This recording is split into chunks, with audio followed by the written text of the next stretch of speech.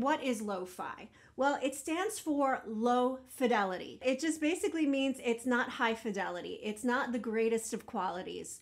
Think of like an old record. And that's a huge part of the lo-fi vibe, is that kind of like crackly vinyl sound that people will intentionally layer over a track. I am going to figure out how to create that lo-fi vibe. I have some plugins. I have a few guest appearances that have never been on this show before, and I'm excited to introduce you to them. Not 100% sure what this is gonna turn out to be, but that's like kind of the excitement of it. I'm gonna dabble with it and we're gonna have some fun.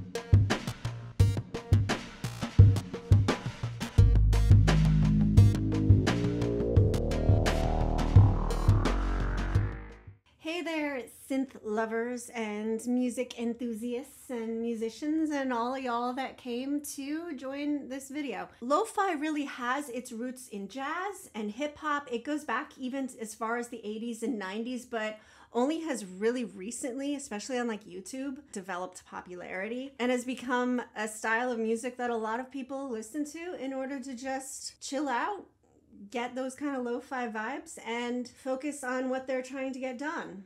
It's a very effective genre, and I'm going to make a track for it. Like I said, I am not experienced in creating lo-fi tracks. I just personally am very drawn to them, especially when I am trying to get some work done. I will listen to some lo-fi on my headphones just because it's very conducive to creative thought. It's very conducive to getting things done, being productive. For example, in order to stay focused and on task while I was writing this book, I actually listened to a lot of lo-fi just because it's so repetitive but so soothing that, you know, it doesn't distract me, but it keeps me stimulated. You know, it's like that sweet spot. Speaking of this book, if you're a musician, this year, do you want to play without stress or fear or anxiety of not knowing what it is that you're doing? Well, I wrote this book for you, all right? It's a combination of music theory, music psychology, like really understanding how you process music, because you have to know that in order to successfully improve, and also musicality, just developing your creative, unique musical sound. I wrote this for you. I'm not gonna do this like other artists do it. It's gonna be a little bit more analog. I'm not gonna use as much synthesizer. I am gonna get a drum beat though. So let's start with a drum beat. I could start with my Moog, but honestly, just because this is my first time, I wanna do something a little bit more streamlined. I have this drum beat that I really like. Yeah, 80, I like 80. All right, so we have our drums. Now we're gonna layer my bass. And you know her. She's been on this channel before. Come on, come here. All right, so let me get a sound going I like. So I'm going to write in the key of E flat major, all right?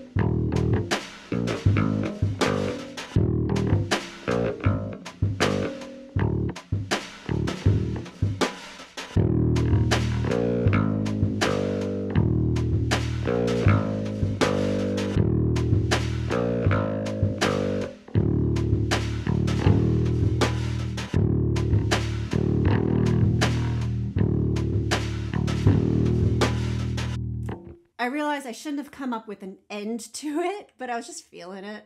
Whatever. I'm making this up. And I know I could have looped it, but I realized as I was going that every time I went through that musical idea on the bass, I was coming up with different rhythms and different ways to subdivide the rhythm. So I'm just feeling that. All right, so that's the bass.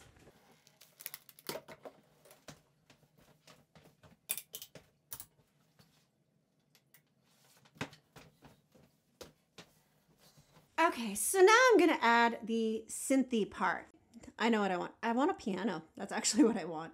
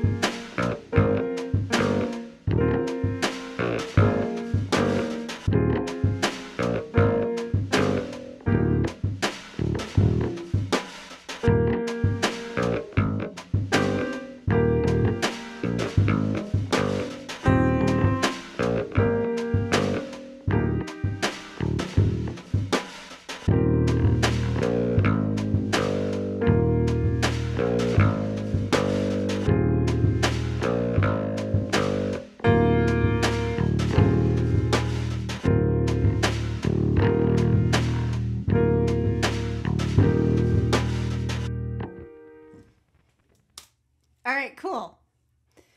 Again, I could go crazy tweaking this until I don't know when, but I'm happy with that for now. So the last touch. So here is my guest. This is the very, very first instrument I ever played. I started playing this when I was 10, and I played it until I was 19 when I realized I hated the flute. But I still take it out sometimes because I'm still kind of good at it. And yeah, I thought it would just like kind of give us that vibe we're looking for. So I'm just going to hit record and we're just going to do this.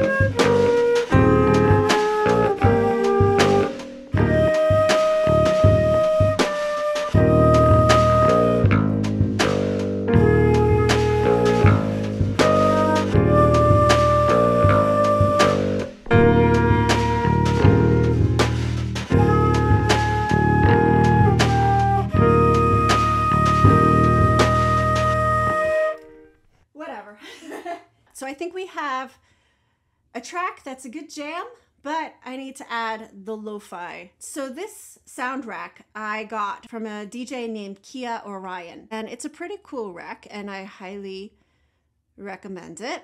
All right, so I'm gonna solo this. Let's make it creepy. Not creepy, but lo-fi-y.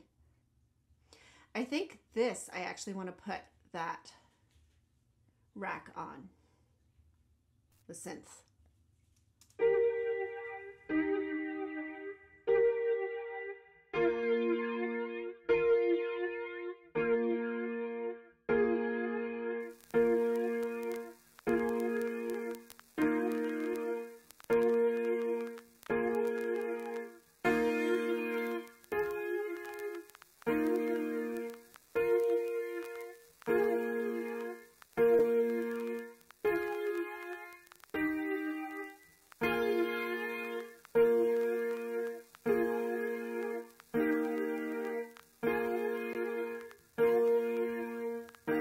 I'm gonna actually stop there. Let's hear what it sounds like all together so far, and if the other two tracks need some work.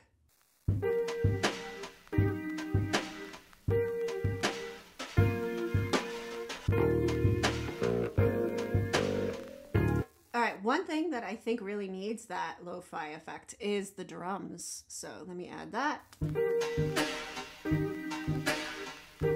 That's too much though.